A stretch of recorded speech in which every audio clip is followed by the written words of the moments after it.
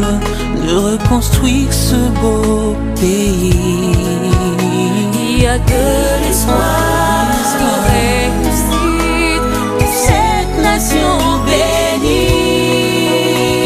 C'est encore possible, La grâce est disponible, et même quand c'est pénible, rien n'est impossible. Il y a de l'espoir pour ceux qui croient au nom de Jésus-Christ. Bien-aimés dans le Seigneur, nalingi lelo nami adressé particulièrement na bino bandeko nanga ba chrétien congolais oyo tozali tobengami chrétien corps de Christ po na kati ya Congo, na kati ya République démocratique du Congo, biso ba chrétien tozali majoritaire. Quand je parle des chrétiens, nalingi ko kamata wa chrétien catholique, protestant, baptiste, pentecôtiste, biso nyonso oyo tobengami ba chrétien tozali près de 80% ya majorité. Yango wana tozali na responsabilité monene po na mboka na biso en tant que chrétien. Po na lingi seulement na sola na bino sur un sujet précis. Oyo tozali koyoka yango na kati ya ba église mingi oyo ezali ko baze koyebisa na bino ba chrétien a kokende na politique te yaka to sambela kaka sambela nzambe akosala to sambela nzambe akosala mais to mimelete église ekota na makambo ya politique te bino ba chrétien église ezali au milieu du village ezali un enseignement moko ya lokuta parce que église na kati ya Bible elobama nulle part que église ezali au milieu du village. Église ezali toujours engagée.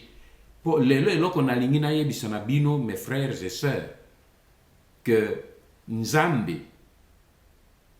akosala te soki yo osali te. Tala eloko na lingi na yebisa bino lelo pe na talisa bino na kati ya Bible ya liloba na nzambe azeko talisa biso que ye akosala te soki yo osali te. Nakopesa bino nano référence ya un grand philosophe théologien catholique, Saint Augustin. Ye aloba, Dieu qui nous a créés sans nous, il ne nous sauvera pas sans nous. Elingi koloba ke nzambe eloko nzambe atuna biso permission te kaka moko kokela biso po akela yo congolais akela ngai congolais asenga biso autorisation te mais à partir du moment où a créé biso pe apesi biso libre arbitre même po aya ko sauver yo yesu asa kufa na ekulusu mais soki yo undimi sali wana te akoki pe kobikisa te nzambe akoki kosala rien soki yo moto osali rien eloko oyo nga na lingi ngai na bino lelo tokoka komanyola yango penza yango wana o baze kolobaki ano to yaka kaka tosambela nzambe mama avant na banda na kota na bozindo na lingi na poser kaka exemple moko pe na poser question mama yo sœur chrétienne au Bali oze na problème ya stérilité ndenge Sarah azaka na problème ya stérilité nde na nini avec Abraham.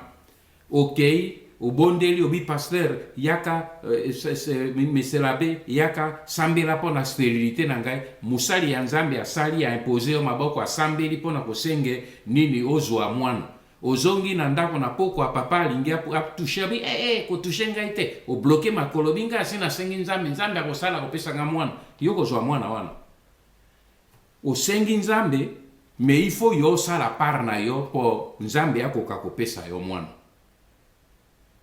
Mon frère so totali koko na biso nyonso Abraham na Bible na chapitre 12 ya Genèse tango nzambe ayei po apesa ye mabele mais alobi ne d'abord alobi quitte tika mabele ya papa na yo na mama na yo esika ozali longwa wana kende epai oyo ngai nakopesa yo. Il a fallu que Abraham a posé un acte, a mis séparé na mboka na ye na biloko na ye azalaki riche, ameme atambola akomi lokola nini réfugié moko azotambolaka nzela pendant 27 ans avant azwa mwana. C'est-à-dire nzambe alobi nakopesa yo mais tu dois faire ta part. Moïse tango nzambe atindaki bana ya Israël po aya kobimisa bango na esclavage ya baégyptien. Tokomona même chose, nzambe akei na même schéma tango abimeli Moïse. Alobaki na Moïse nini na alobi na eboye na Exode chapitre 3 verset 7 alobi l'Éternel dit à Moïse, j'ai vu la souffrance de mon peuple qui est en Égypte et j'ai entendu les cris que lui font pousser ses oppresseurs, car je connais les douleurs et ces douleurs et je suis descendu pour le délivrer de la main des Égyptiens et pour le faire monter de ce pays à un bon pays. Mais bien aimé, au monde que nzambe alobi nasi na yoki nasi na moni souffrance na bino. Je suis descendu, ngai nzambe na descendre alobi na Moïse, je suis descendu pour pouvoir vous délivrer. Mais maintenant délivrance sango po esalema alobi na ye nini. Alobi na ye abi maintenant alobi na Moïse, va, je t'enverrai auprès de Pharaon et tu feras sortir Égypte, mon peuple, les enfants d'Israël. Nzambe akei kobunda na Pharaon te. Atindi nde Moïse abik bokende. Moi je suis descendu. Alobi ngai nzambe na kiti pona bik sabino, mais c'est toi qui dois aller faire le travail. C'est toi l'homme qui doit aller faire le travail. Atindi Moïse nzambe akende kobunda na Pharaon ye moko te. A utiliser motu na place na ye po asala mosala. Ye alobi na ko délivrer, mais yo motu sala par na yo. Soki bana ya Israël ba telemaki soki Moïse a telemaki akendeki ko affronter Pharaon te, nzambe pembe a délivraki bango te. Mes frères, Dieu ne peut que utiliser mo yango wana ya lobi na kati ya livre ya Ézéchiel na chapitre 22 verset 30. Alobi, je cherche parmi eux, c'est-à-dire parmi le peuple d'Israël, un homme qui se tienne à la brèche. Ozomon. Abinazo luka motu a se tenir à la brèche à la faveur du pays devant moi l'Éternel. Donc abinga izambe nazo luka, pourquoi? Pour que je sauve ce peuple. Abinazo luka ya ko se tenir pour que ngai izambe nazo, mais pour que na sauver peuple à Israël, abi je cherche motu aya côté le devant moi. Nzambe salaka jamais mosala biso ye moko. Il faut biso tozala na ye sika moko. Mes frères, o bazolo be abino no tos o sambeli kaka fanda kanga miso la na mbeto nzanda ko sala te. Si tu ne fais pas, si toi Congolais, tu ne te mets pas debout, nzanda ko sala na place note. Salomon oyo azalaki roi ya sagesse na kati ya livre na ye na Ecclésiaste alobi, tout ce que ta main trouve à faire avec ta force, fais-le. Ecclésiaste 9, verset 10. Alobi nyonso oyo loboko na yo motu ekoki kosala na eze na nguya ya kosala sala yango. Salomon. Pe soki toye kotala na kati ya Nouveau Testament, enseignement ya Yesu Masi ya ye moko. Oya Jésus-Christ. Ye moko. Apesi biso baka ebele. Mokolo moko akei na kati ya akiti na nini na piscine o babengaka yango piscine ya Bethesda. Akuti motu moko paralytique moko alali wana depuis 38 ans. 38 ans alali wana. Atali tata yabi yo, est-ce que yo lingi kobika ya solo? Question ya Jésus nani yabi, mais yo fandi wana olali kolala, ozo sa eloko moko te, est-ce que yo lingi obika? Pourquoi Jésus ayaki mbala moko abinete alinga na bikisi non? Alobi il faut y a joie décision.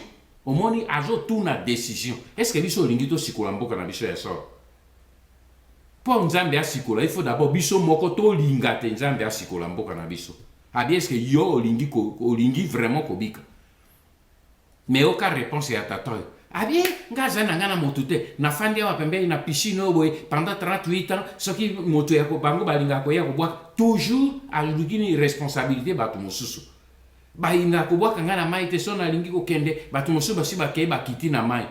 Alors Jésus lui dit lève-toi, lève-toi. Oki parole de Jésus alobi nabi lève-toi. Alobi n'était que tu es guéri, abi lève-toi, prends ton grabat là et marche. Astuni makambo misato. Lève-toi, prends ton lit pour tika bosoto yo fisiko fanda kite longwa tambola. Et c'est quand cet homme a commencé à faire l'action de se lever que guérison est liée. Frère, nzambe yesu alobi na ete ke ngana koya kobikisa na pabino lève-toi. Jésus demande na bino congolais lève-toi, chrétien congolais kola la pongi on a sali veiller, c'est une très bonne chose de faire la veillée, de prier. Mais comme Ecclésiaste lobby, il y a un temps pour prier, il y a un temps pour se battre. Il y a un temps pour prier, il y a un temps pour faire la guerre. Bana ya Israël bazaki na temps pour prier, mais bazaki temps et mosusu ezaki bunda bitumba. Moïse azalaki atomboli maboko likolo, mais azeko sambela, mais kuna na franc Josué azaki ko bunda. Il y a des gens pour prier, mais il y a aussi des gens pour se battre. Biso go bateke to sambeli kaka nzambe akoya akosala te mon frère et ma sœur. C'est pour cette raison que toze nomoni na résurrection il y a Lazare. Si na pesaka bino exemple wana déjà. Jésus a yé pour ressusciter Lazare mais a commis devant la tombe de Lazare. Bayuda bazalaka kotia batuloko biso leote ba kotia ye na kati ya ni pe ba kui ba tie na kati ya kavo ba zui pierre pe ba rouler yango. Ezelo ko biso lelo okundi moto esili ba ye ba sali dal ba ti likolo. Mais Jésus a yé abi longola libanga en ôter la pierre. Ya zalaki nzambe.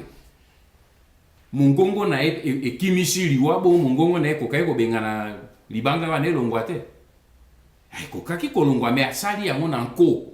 Pona kotalisa ke ye avant sala mosala pona biso, il faut biso to sala pare ya oto koki ko sala. Yango na lobi na bandeko na ye abi longola libanga wa bino boti ngai moto na tia kite longola rouler la pierre. Soki bo rouler la pierre ngai nzambe na kosala oyo bino batu bokoki kosala te na kozongisa ye na bomoy. Petango ayisi ba longoli libanga lui Lazare bima. Mais Lazare tango abimi kuna abimi pe isu bilamba kaka elingami poni mongongo na Yesu efungoli bilamba te alobi bino batu bolingaki ye bo delier ye. Ozomona nzambe alingi partenariat avec biso batu mes frères. Alors yo koloba ke na te biso tokosala te non nzambe alingi biso to mi engagé pe yango wana moni na kati ya Apocalypse.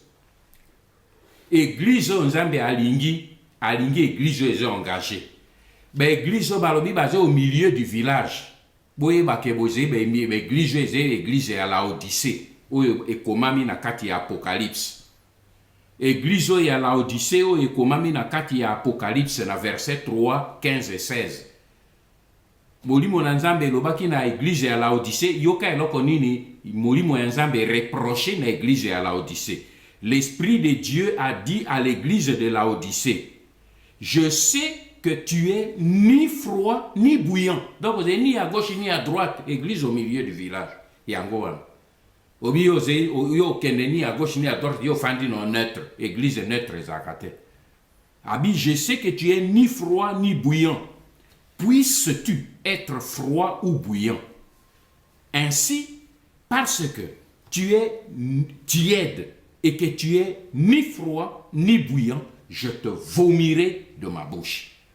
Tala sort au nzambe azotia na l'église, au na ba chrétien, au ba tiède. Frère, ma soeur, le pays, le Congo, c'est le pays que Dieu t'a donné. Et ce pays-là, Dieu ne viendra pas le protéger à ta place. mais soki baye ko attaquer mboka na yo oyo telemi pe olobi nzambe yo moto pesa ki ngai mboka oyo ngai na kei bitumba mais yo nzambe na nga bundela ngai okomona nguya na eke liboso ndenge asalaki na bana ya Israël na Égypte omonaki ke tango pharaon alandi bango colonne de feu longwaki derrière et ye kotelema entre bana ya Israël na pharaon. Pourquoi? Parce qu'ils étaient debout. Mais là, on est na Moïse. Alors, il dit à ses enfants d'Israël, debout, qu'ils marchent, qu'ils marchent. Une église ne doit pas être assise. Une église ne doit pas être neutre. Une église doit être au front. Une église doit être attaquée. On attaque. Mes frères, mes sœurs, tout élément. Peto bundapo to botolombo canabiso. Alors le Dieu d'Abraham, le Dieu de Jésus-Christ,